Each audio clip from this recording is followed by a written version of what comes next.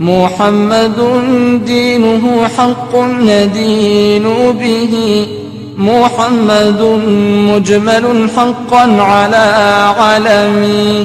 السلام علیکم ورحمۃ اللہ وبرکاتہ. طلباء و طالبات، آپ سب کا آج دوسرے دن کے لیکچر میں استقبال ہے. جیسا کہ کل ہم سبھی نے ہدایت العربیہ کا چوتھا سبق کا 3 پیراگراف پڑھا تھا، آج اسی کا بقیہ انشاءاللہ ہم لوگ پڑھنے جا رہے ہیں. سبق کا نام تو آپ سبھی کو معلوم ہے کہ صحابیہ رسول ہیں رفیدۃ بنت سعد رضی اللہ تعالیٰ عنہما. اس کا اب اگلا پیراگراف ہے. یقال ان رفیدۃ كانت تمد الجنود الجرحى بالرعاية اثناء الغزوة وتوفرهم خيمتها المأوى من الرياح وحرارة الصحراء القاسية. أما النفقات فقد كانت من مالها الخاص وجهدها الذاتي لا تأخذ على ذلك عوضا، بل كانت تبتغي الأجر من الله تعالى. وقد ثبتت أن رفيدة رضي الله تعالى عنها كانت قائدة بارعة في مجال التمريض في زمن الرسول صلى الله عليه وسلم. وقد شاركت رفيدة رضي الله تعالى عنها في غزوة بدر وأحد والخندق وخيبر وغيرها من الغزوات. ولما كان يستعد جيش المسلمين لغزوة خيبر ذهبت رفيدة رضي الله تعالى عنها إلى رسول الله صلى الله عليه وسلم لتطلب منه الإذن للمشاركة. فقالت يا رسول الله صلى الله عليه وسلم أنا أريد الذهاب معكم، وقد أعطاها الرسول صلى الله عليه وسلم الإذن بالذهاب.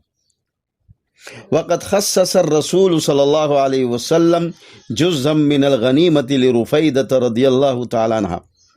استمرت رفيدة في جهودها بتوفير المساعدة للمحتاجين بعلاج الجرحى. لقد قامت رفيدة رضي الله تعالى عنها بتدريب الفتيات الأخرى مثل أم المؤمنين السيدة عائشة رضي الله تعالى عنها في مجال التمريض. وقد ذاع صيتها في فن الجراحة والعقاقير والأدوية وتصنيعها وفي تدميد الجروح.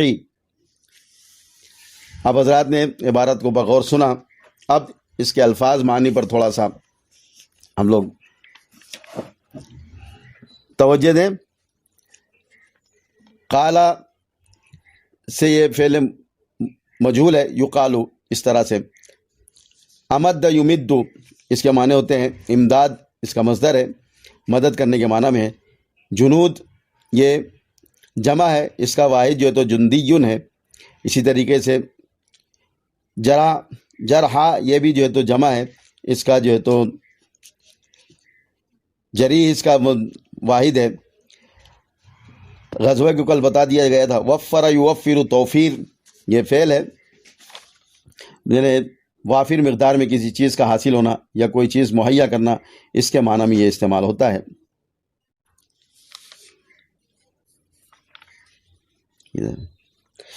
اور خیمہ تو کل بتا دیا تھا. ماوا اس کے معنی ہے پناہ گاہ کے اور حفاظت کی جگہ کے. ریح ان کی جمع ریاح ہے. حرارتی صحرا یہ صحرا کے جو گرم ہوائیں چلتی ہے، سخت گرم ہوائیں، اس سے متعلق ہے یہ. نفقتن اس کا نفقات اس کی جمع ہے، نفقات واحد اس کا نفقتن ہے. جوہد کوشش کو کہتے ہیں، اور ذاتی تو ہم لوگ اردو میں بھی استعمال کرتے ہیں، ذاتی جد و جہد کے معنی میں. اخذ یاخذو کے معنی ہوتے ہیں حاصل کرنا اور لینا. لا یہاں پر جو تو مائے نافیہ ہے، لائے نافیہ ہے نہیں کے معنی میں. عوضاً عوض بدلے کے معنی میں. ابتغا ابتغی کے معنی ہوتے ہیں پسند کرنا، چاہنا. اجر تو سب ثواب کے معنی میں. ثبت یثبت ثبوت ہم لوگ اردو میں استعمال کرتے ہیں، اس کو ثابت کرنا. ثبوت کے معنی میں بھی، پروف کے معنی میں بھی استعمال ہوتا ہے. اور قاعدتاً قائد رہبر کو کہتے ہیں، قائد کو کہتے ہیں، رہنما کو بھی کہتے ہیں۔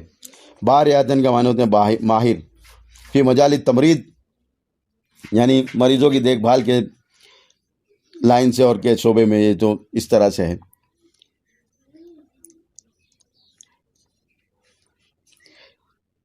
استعد یستعد کوشش کرنا، تیاری کرنے کے معنی میں ہے۔ جیش المسلمین، جیش اس کی جمع جیوش آتی ہے، یہ لشکر کے معنی میں استعمال ہوتا ہے۔ اذن کے معنی اجازت کے ہیں۔ مشارکہ کے معنی ہوتے ہیں شریک ہونا۔ ذہاب کے معنی ہوتے ہیں جانے کے۔ آتا کے معنی ہوتے ہیں عطا کرنے کے، دینے کے۔ خصص یخصص کے معنی ہوتے ہیں خاص کرنا، مخصوص کرنا۔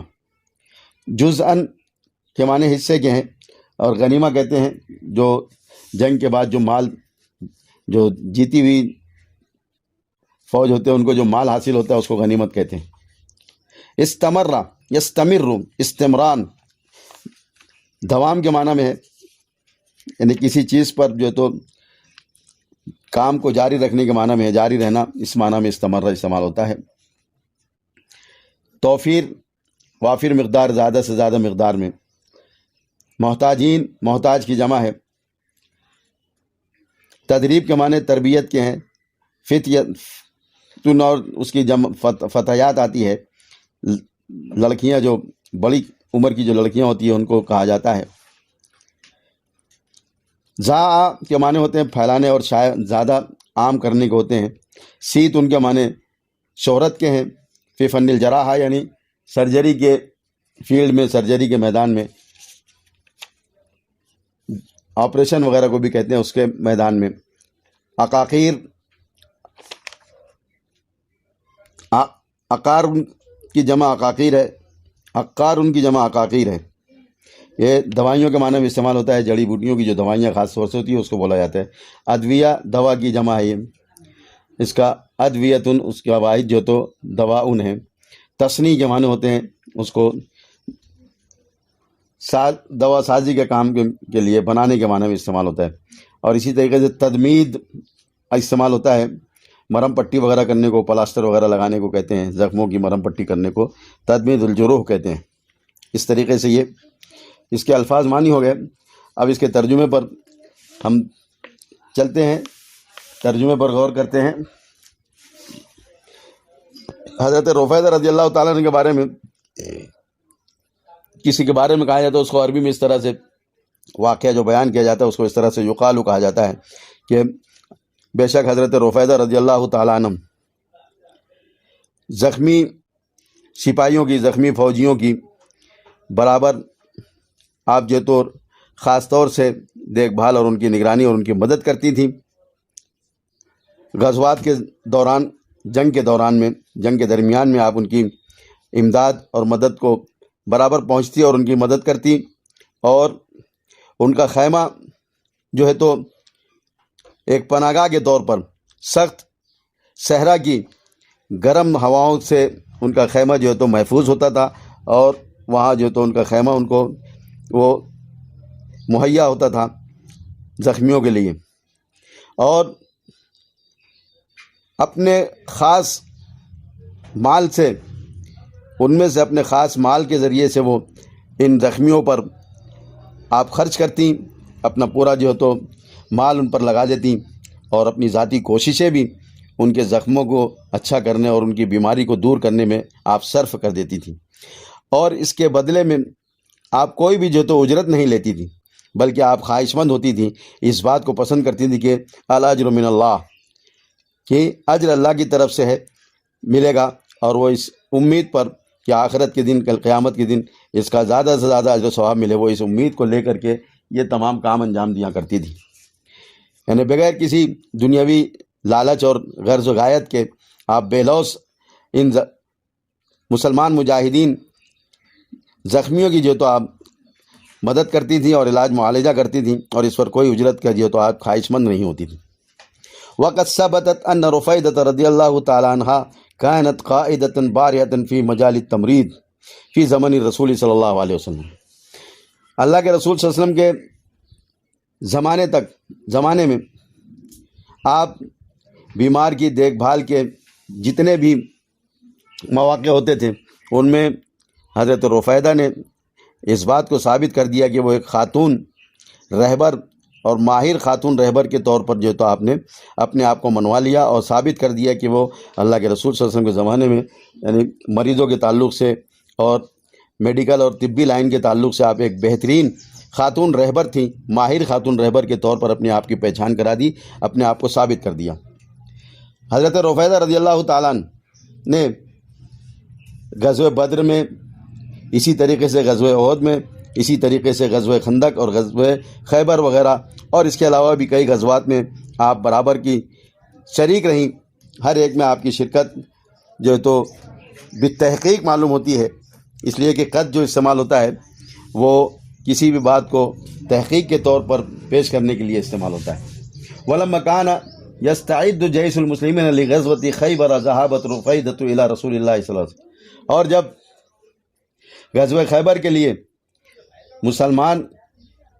مسلمانوں کے لشکر نے تیاری شروع کی تو حضرت رفیدہ رضی اللہ تعالیٰ عنہ رسول اللہ صلی اللہ علیہ وسلم کی خدمت میں حاضر ہوئی اور اس جنگ میں شرکت کی اجازت کی خاص درخواست گزار ہوئیں، خواہش ظاہر فرمائی تو اللہ کے رسول صلی اللہ علیہ وسلم سے فرمایا کہ یا رسول اللہ صلی اللہ علیہ وسلم، میرا ارادہ اور میری خواہش ہے کہ میں بھی آپ کے ساتھ، آپ لوگوں کے ساتھ میں اس غزوے میں شریک ہوں۔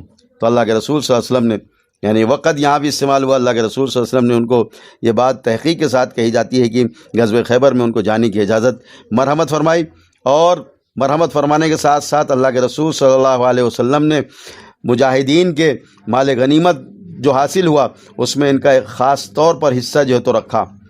مال غنیمت سے آپ صلی اللہ علیہ وسلم نے ان کو خصوصی طور پر بلا کر کے ان کو مال غنیمت عطا فرمایا حضرت رفیدہ رضی اللہ تعالیٰ عنہ کے لیے۔ یہ بڑی یعنی ان کی عزت اور مقام کی بات ہے کہ اللہ کے رسول صلی اللہ علیہ وسلم نے کتنا خاص خیال رکھا، اور ان کے اس کارہائے نمایاں پر اللہ کے رسول صلی اللہ علیہ وسلم نے ان کو فراموش نہیں کیا۔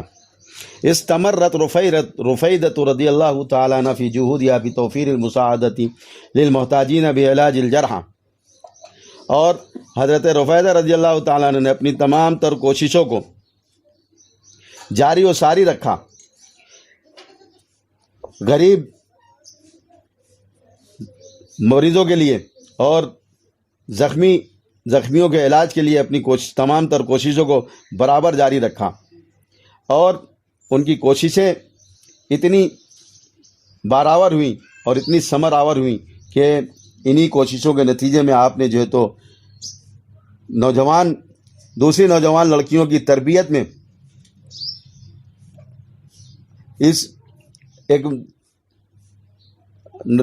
جو ہے تو ایک تربیت گاہ اور ایک جو ہے تو باقاعدہ ایک تربیت گاہ بنائی، اور اس میں آپ جو ہے تو قائم کیا، اور اس میں جو ہے تو آپ نے لڑکیوں کو تیار کیا۔ جیسا کہ مثال دی جاتی ہے کہ ام المومنین حضرت عائشہ صدیقہ رضی اللہ تعالیٰ عنہ بیماروں کی دیکھ بھال کے لیے کیا کرتے تھی، اس طرح کے جو ہے تو ایک شعبہ اور اس طرح کی ایک ٹیم حضرت رفیدہ نے قائم فرمائی، اور نوجوان لڑکیوں کو اس کے لیے تعلیم و تربیت کے لیے جو تو آپ نے تیار کیا۔ اور پھر اس فن جراحت اور فن سرجری کے فیلڈ میں آپ کی بہت شہرت ہوئی، اور اسی طریقے سے جڑی بوٹیوں سے دوائیں بنانا اور ادویہ کو تیار کرنا، اور اس کو جو تو کس طرح سے اس دوا سازی کا کام کرنا، اور زخمیوں کی مرہم پٹی اور پلاسٹر، یہ سب کرنے کے لیے حضرت رفیدہ رضی اللہ تعالیٰ عنہ نے نت نئے طریقے کو ایجاد کیا، اور وہ ان کے لیے ان کی شہرت کا باعث بنا، اور ان کی شہرت جو ہے تو بہت عام و شائع ہوئی، بہت ساری دنیا میں جو ہے تو آج جانی پہچانی اسی نسبت سے جاتی ہیں۔ یہ وہ صحابیہ رسول خاتون صحابیہ ہیں جنہوں نے اس فیلڈ میں ایک ایسا کارہائے نمایاں انجام دیا کہ اس کو ہم لوگ ساری زندگی نہیں بھول سکتے ہیں، اور قیامت تک کے لیے ہمارے لیے مشعل راہ ہوگی، اور اس طریقے سے ہم مسلمان بہنوں کے لیے یہ ایک مثالی خاتون ثابت ہوگی اگر ان کے اس تمام چیزوں پر، اس سبق پر ہم لوگ غور کر کے اگر نظر دوڑائیں اور اپنے اندر ان کی ساری خوبیوں کو، ان کے سارے خدمات کو اور بے لوث خدمات کو بغیر اپنے ذات سے پیسے لگا کر کے ہم لوگ اگر مریضوں کا علاج کریں تو آج کل جو میڈیکل لائن سے جو لوٹ خسوٹ چل رہی ہے، جو لوگ جیبوں پر ڈاکہ ڈال کر کے ڈاکٹر لوگ علاج کرتے ہیں، اس سے جو تو ان کو ایک اور سبق ملے گا کہ اس زمانے میں جب اللہ کے رسول صلی اللہ علیہ وسلم ہجرت کر کے مدینہ منورہ تشریف لے گئے، اس قسم پرسی کی حالت میں کس طریقے سے جو تو ایمان والے اپنی خدمات کو اور اپنے مال و دولت کو کس طرح سے لٹا کر کے مسلمان زخمیوں کی اور بیماروں کی علاج و معالجے کی فکر کرتے تھے۔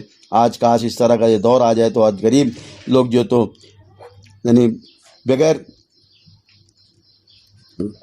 دواؤں کے نام سے ان کی موت نہ ہو، یہ واقع نہ ہو۔ اس طرح سے یہ سبق ہم کو ایک مشعل راہ اور ایک ہدایت دیتا ہے اور ایک نئی سمت ہم کو لے چلتا ہے کہ ہم کو کس طریقے سے قوم کی اور خدمت کرنی چاہیے، زخمیوں کی اور بیماروں کی کس طرح سے خدمت کرنی چاہیے۔ اس سے ہم کو یہ سبق ملتا ہے۔ وآخر دعوانا الحمدللہ رب العالمین۔ انشاءاللہ اب کل جو تو اس کے پورے تمرین وغیرہ کا ہم لوگ سبق لیں۔